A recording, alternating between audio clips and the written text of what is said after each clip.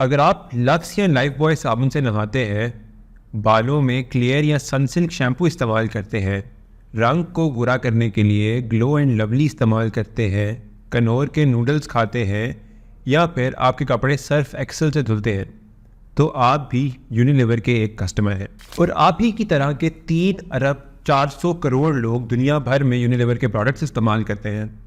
Unilever کا دعویٰ ہے کہ 190 ممالک میں اس کے 400 سے زائد برانڈز استعمال کیے جاتے ہیں۔ یہ کمپنی بچوں اور پالتو جانوروں کی خوراک، ہائیجینک پروڈکٹس، ہیلتھ کیئر اور skin care products, energy drinks, soft drinks, ice cream, coffee, پانی اور ادویات سمیت نہ جانے کیا کچھ بنا کر بیچتی ہے۔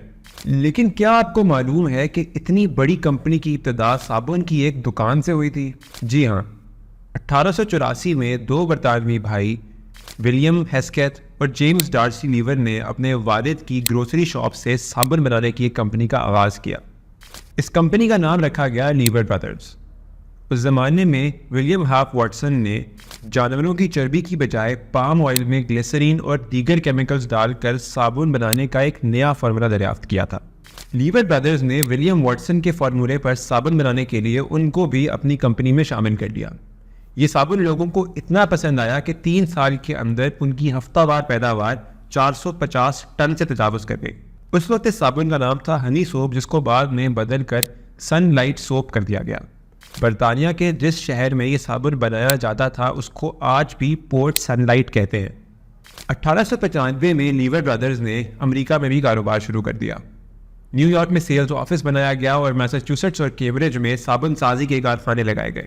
اگلی 2 دہائیوں میں لیور برادرز امریکہ کی تیسری بڑی سوپ مینوفیکچرر بن گئی اور اس نے امریکہ، برطانیہ اور یورپ کی دیگر صابن بنانے والی کمپنیوں کو خریدنا شروع کر دیا۔ خام مال کی ضروریات کو پورا کرنے کے لیے لیور برادرز کے پاس 1911 تک بیلجیم کی کالونی کانگو اور سولومن آئیلینڈز میں اپنے پام کے جنگلات تھے۔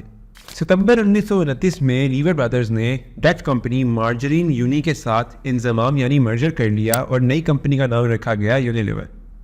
1930 میں اس کی ملازمین کی تعداد تقریباً 2.5 لاکھ تھی اور مارکیٹ ویلیو کے حساب سے یہ دنیا کی امیر ترین ملٹی نیشنل کمپنی بن چکی تھی۔ باقی دنیا کے لیے تو کمپنی کا نام یونیلیور ہو گیا تھا، تاہم 90 کی دہائی تک امریکہ اور کینیڈا میں کمپنی کے بزنسز کے لیے لیور برادرز کا نام ہی یوز ہوتا رہا۔ 1930 میں ہی کمپنی نے یونائٹڈ افریقن کمپنی کو خرید لیا، جو اس زمانے کے افریقہ میں برطانیہ کے تجارتی مفادات کا تحفظ کرتی تھی۔ پام آئل کی بڑھتی ہوئی ضروریات کو پورا کرنے کے لیے 1933 میں یونیلیور انڈونیشیا قائم کی گئی۔ دوسری عالمی جنگ کی وجہ سے جب یونیلیور کے لیے یورپ میں سرمایہ کاری مشکل ہو گئی تو اس نے برطانیہ، امریکہ اور کینیڈا میں دوسری کمپنیز کو خریدنے یعنی ایکوائر کرنے میں سرمایہ کاری شروع کر دی۔ 1943 میں یونیلیور نے چائے بنانے والی کمپنی لپٹن کا امریکی بزنس خرید لیا اور 1944 میں برطانوی پیک شدہ خوراک بنانے والی کمپنی بیچلرز پیس اور ٹوتھ پیسٹ بنانے والی کمپنی پیپسوڈینٹ کو بھی خرید لیا۔ 1954 میں یونیلیور نے برطانیہ میں سنسلک، جبکہ 1957 میں امریکہ میں ڈو نامی برانڈ متعارف کرائے۔ انہی سالوں میں کچھ مزید کمپنیاں بھی خریدی گئیں، تاہم 60 کی دہائی تک یونیلیور کی آدھی آمدن صابن، مکھن اور مارجرین وغیرہ کی فروخت سے آ رہی تھی۔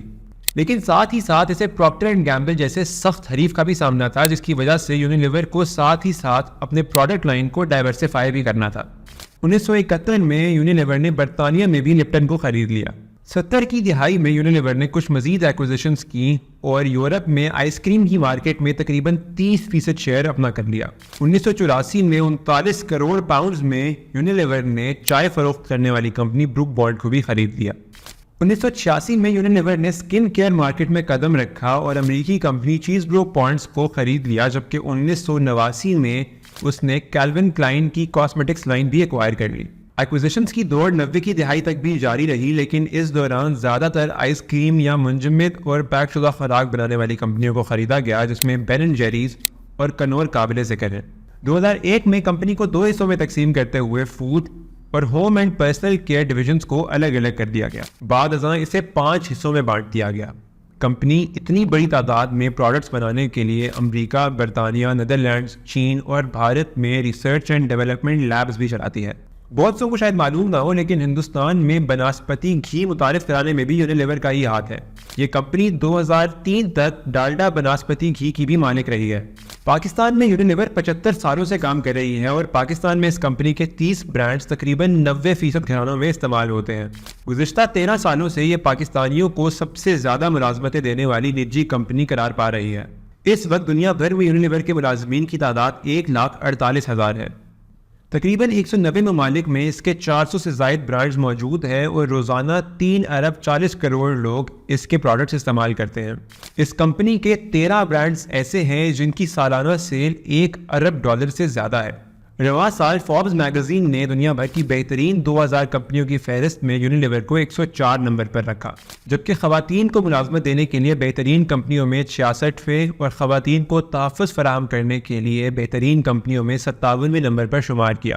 مجموعی طور پر یونیلیور کی سالانہ سیل تقریباً $63 ارب، سالانہ منافع تقریباً $8 ارب، اثاثوں کی مالیت تقریباً $83 ارب اور مارکیٹ ویلیو تقریباً $140 ارب ہے.